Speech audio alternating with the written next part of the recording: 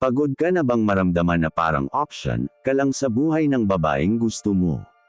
O lagi kang nauuna mag-effort, pero lagi ka rin nauuna masaktan? Ngayon, alamin natin, paano ka magiging priority, hindi lang option, ayon sa Stoicism. Kumusta mga kapatid? Welcome muli sa ating channel, ang tahanan ng mga lalaking gustong maging mas matatag, mas kalmado, at mas marunong magmahal ng may disiplina. Ngayong araw, pag-uusapan natin ang isang malalim na katotohanan. Bakit sa isang relasyon, may mga lalaking laging tinatrato na parang option, samantalang may ilan na ginagawang priority? Hindi ito tungkol sa itsura, pera, o karisma. Ito ay tungkol sa presensya, paninindigan, at prinsipyo. At kung paano ito itinuturo ng mga Stoic philosophers, tulad ni Marcus Aurelius, Seneca, at Epictetus. Kaya kung gusto mong maintindihan kung paano maging lalaking may halaga, hindi dahil sa salita, kundi dahil sa kilos, manatili ka hanggang dulo. Sabi ni Epictetus, mas mahigit, you are not what you think others see in you. You are what you choose to be. Kadalasan, nagiging option ka kasi hinahayaan mong ang babae ang magtakda ng halaga mo. Ina-adjust mo lahat para lang magustuhan ka, pati kung sino ka, binabago mo.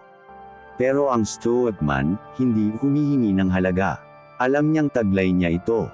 Hindi mo kailangang ipilit ang sarili mo sa taong ayaw. Kapag alam mo ang value mo, nagiging natural kang kalmado.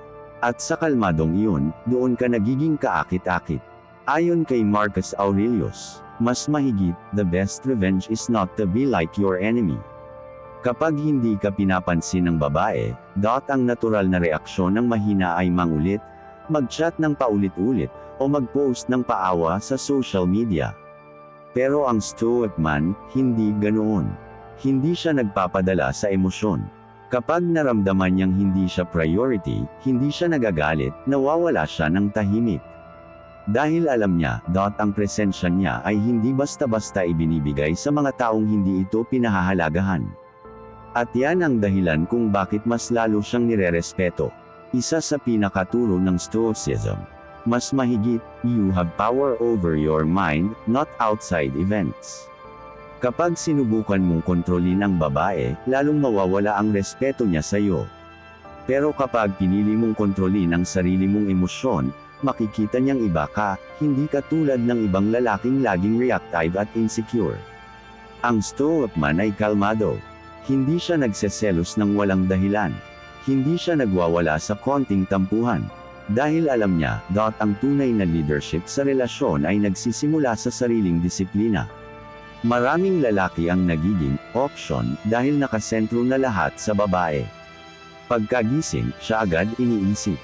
Pag matutulog, siya pa rin. Lahat ng oras at lakas, binibigay sa kanya. Pero sabi ni Seneca, mas mahigit, he who depends on others for his happiness will never be free. Ang Stoic man ay may sariling mundo, may goals, may mission, may disiplina. At kapag nakita ng babae na may direksyon ang lalaki, doon siya nagsisimulang mag-prioritize. Dahil instinct ng babae na sumunod sa lalaking may purpose. Hindi kailanman nagiging priority ang taong walang direksyon. Isa ito sa pinaka-Stoic move na kailangang matutunan ng bawat lalaki. Ang maglakad palayo kapag hindi na siya pinahahalagahan. Sabi ni Epictetus, mas mahigit, if you want to improve, be content to be thought foolish and stupid. Kapag pinili mong lumayo sa isang babaeng hindi ka na priority, akala ng iba tanga ka, pero sa totoo, ikaw ang pinakamatalino. Dahil pinipili mong protektahan ang dignidad at kalmado mo kaysa sa ego mo. Ang Stoic man ay hindi nagpapakamartir. Hindi siya natatakot sa pagkawala. Dahil alam niya, hindi mo kailangang hawakan ang isang bagay na hindi talaga para sa'yo. Ang mahihinang lalaki, puro salita. Ako na lang palagi nag-i-effort. Bakit siya ganun? Bakit di niya ako priority? Pero sabi ni Marcus Aurelius, mas mahigit, waste no more time arguing what a good man should be. Be one. Ang Stoic man ay hindi nagsisermon, gumagawa siya ng aksyon. Hindi niya kailangang ipamuka na siya ang best. Makikita ito ng babae sa kilos niya, sa consistency, sa disiplina, sa dignidad. Kasi tandaan mo, bro, ang babae ay naa-attract sa energy ng paninindigan, hindi ng pangungulit. Ang babae ay madaling main love sa lalaking nagbibigay ng kalmado, hindi stress. Sabi ni Seneca, mas mahigit, a wise man is content with himself. Kapag kaya mong manatiling mahinahon kahit sa gitna ng away, kapag marunong kang umintindi ng hindi nagagalit, kapag kaya mong tumahimik kaysa makipagpalitan ng sigaw, nagiging iba ka sa paningin niya. Hindi dahil takot ka, kundi dahil kontrolado mo ang sarili mo. At sa panahon ngayon, ang kalmado ay bagong anyo ng alpha. Ang mga lalaking insecure, nag-aagawan ng atensyon. Pero ang stoic man, hindi nakikigulo. Sabi ni Marcus Aurelius, mas mahigit, the soul becomes dyed with the color of its thoughts. Kapag tahimik kang confident, kapag hindi mo kailangang ipakita o ipagyabang, natural na lalabas ang aura mo. Ang babae ay kusang lalapit sa enerhiya ng isang lalaking kalmado, dahil sa mundo na puno ng gulo, ang kalmado ay bihira. At kapag nakita niyang ikaw ang peace sa gitna ng ingay, ikaw ang pipiliin niyang priority. Hindi ibig sabihin na hindi ka dapat magmahal. Pero dapat may balanse. Kung puro emosyon ang binibigay mo, nagiging predictable ka. Sabi ni Epictetus, mas mahigit, freedom is the only worthy goal in life. Kailangan mo ng emotional control, hindi para maging malamig, kundi para hindi ka manipulahin ng sarili mong feelings. Magmahal ka, oo, pero huwag mong ibigay ang buong sarili mo hanggat hindi niya pinapakita na kaya kanyang pahalagahan. Isa sa pinakamakapangyarihang Stoic principle, silence and absence are teachers. Kapag hindi ka na pinapansin, huwag kang maghabol. Huwag kang magpaliwanag. Lumayo ka ng tahimik at hayaang maramdaman niya kung anong klaseng presensya ang nawala sa buhay niya. Sabi ni Seneca, mas mahigit, silence is a lesson learned through many sufferings. Ang tunay na lalaki ay hindi kailangang sumigaw para mapansin. Minsan, ang pagkawala mo na lang ang pinakamalakas na mensahe. At kapag nakita niya kung gaano katahimik pero matatag ka, doon niya marirealize, ikaw pala talaga ang dapat niyang pinili.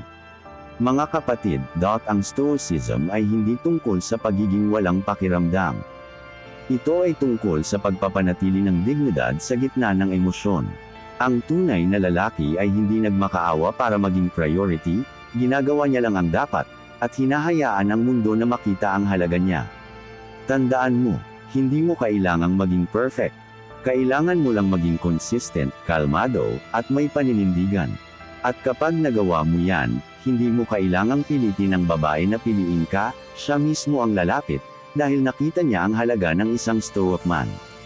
Kung nagustuhan mo ang video na ito, i-like mo, i-share mo sa kapwa mong lalaki na parang option lang ngayon, at i-subscribe mo na rin ang channel na ito, para sa mas marami pang Stoic lessons para sa mga modernong lalaki.